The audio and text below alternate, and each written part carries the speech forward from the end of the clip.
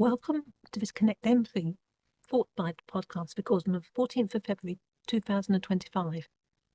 I'm Helen King and my Byte today is titled AI, Big Tech's Trolley Dash. There are some disturbing narratives being pushed by governments and big tech corporations around the world. Taken together, they should prompt us to ask some serious questions about creativity, being human, and fairness. Three narratives are particularly concerning, and I'm wondering, do they add up to more than the sum of their parts? One is, we need artificial intelligence, AI, lots of it, for reasons that are not clear. Another is, defence needs AI.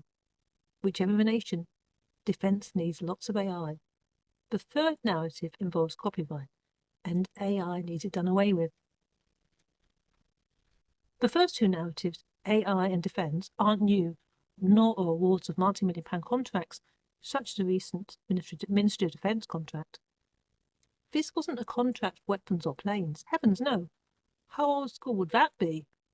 Instead, it was for data analysis and was described on the procurement platform as not suitable for small or medium-sized businesses. Only big biz need apply. And they did. Ka-ching. The concerning copyright narrative, however, is that misleaders, including the UK's current Prime Minister, Keir Starmer, are determined to bring a text and data mining exception into copyright law. Starmer wants to give an advantage to big tech, being the right to use people's creative work without the inconvenience or cost of having to seek permission or pay for it. He wants big tech to be able to mine our data without being sued, which is odd because big tech is already mining our data, and to what extent is unknown. Further, few people would approve of it if they did know. One of the reasons big tech mines our data is that AI, large language models, LLMs, need to be trained, and our data is required to do that training. And now Keir Starmer wants big tech stealing our content to be enshrined in law. It's a bit like a thief who's broken into your house and taken some of your belongings. In Starmer's world, it's only right that the thief is invited back to your home to take the rest of your belongings. And while he's there, perhaps you should cook him a nice dinner and maybe offer him a bed for the night as well. I'm sure pensioners who no longer receive a winter fuel allowance due to one of the first decisions Starmer made as PM feel warmer just thinking about how he favours big business over people. Warmer, if not red hot. We can't risk big tech being held back. That's the message. And why is that? That's right, because we need AI. We're told that if the UK is held back in the tech market, the UK will be at a disadvantage. We hear a lot about growth, and we also hear a lot about data centres being built on what is currently countryside.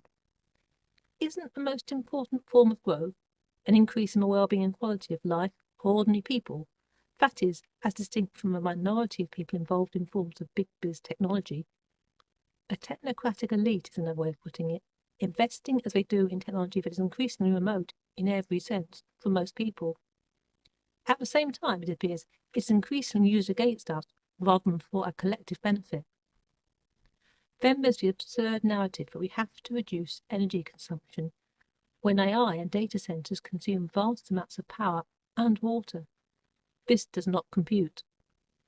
But now we're supposed to stop being selfish by protecting what we've created, a story or article we've written, a photograph we've taken, or a piece of artwork we've created.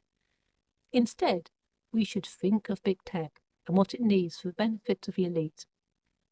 We should simply allow these corporations to harvest our work and our data to help them increase their wealth. Personally, I actually don't think so. This is where the defence narrative may well come in useful. Useful, that is, as a way of attacking our resolve to protect what's ours. In days gone by, the word defence meant the defence of our nation against hostile and dangerous foreign invaders. Only a traitor, an idiot, or someone who serves the invaders was damned in opposition to defence. So, with all the absurd and childish terms of abuse that have emerged in recent times, might we see a new insult soon? That insult being perhaps defence denier.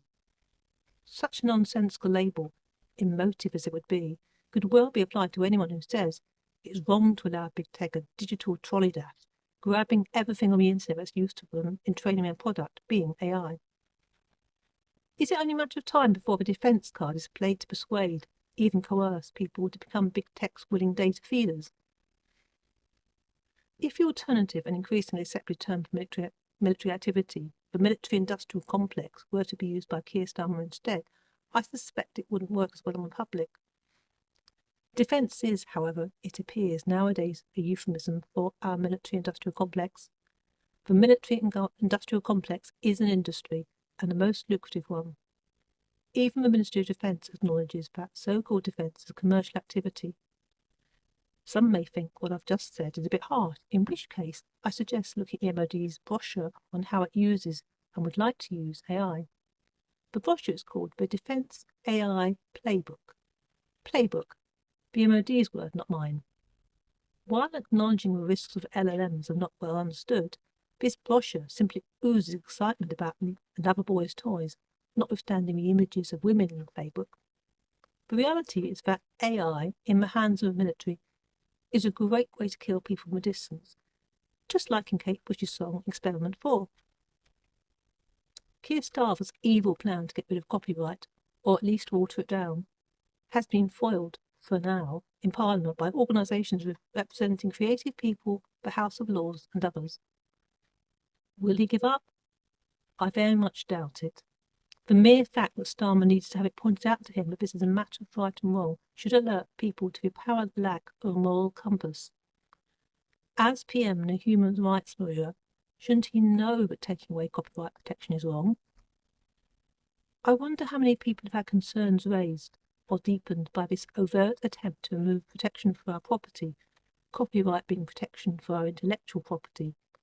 I also can't help wondering, is this push to give one party free access to another party's property designed to change legislation to help usher in a wider change?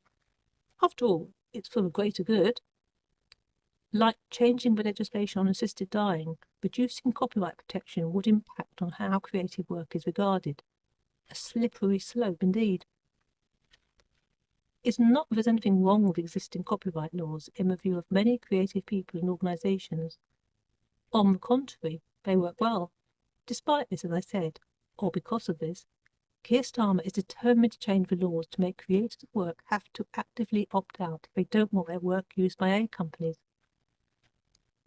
The government is holding a public consultation about this proposed change, which should have been reported by the legacy media, but strangely hasn't, it appears. Unlike the government, the Writers' Guild of Great Britain, WGGB, thinks opting out is neither feasible nor fair. They believe our copyright needs to be strengthened to make sure our data is safe, particularly as big tech has been gathering our data for some time. The scraping of data, the extraction of large amounts of data from publicly available web sources, is used by businesses for lead generation, market research, understanding consumer behaviour and other purposes. The data WGGB is concerned about is people's own data, being their creative work. Such data and work is scraped by big tech without permission, and without big tech making any payment to its owners.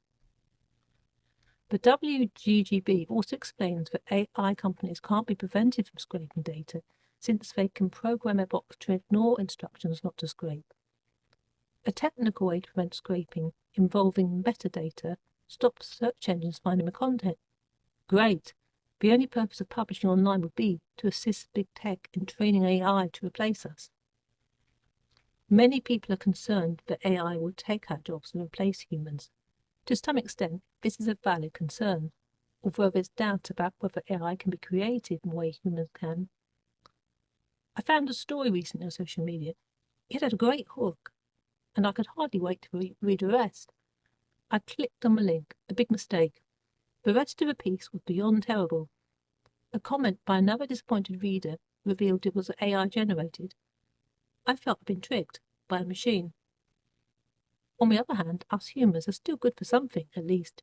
It's most revealing when Keir Starmer doesn't see it this way.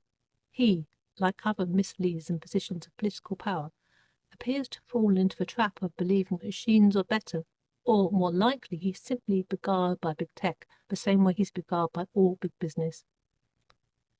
A growing number of scientists, however, have a reason to believe AI is not the solution Starmer and other misleaders seem to think it is.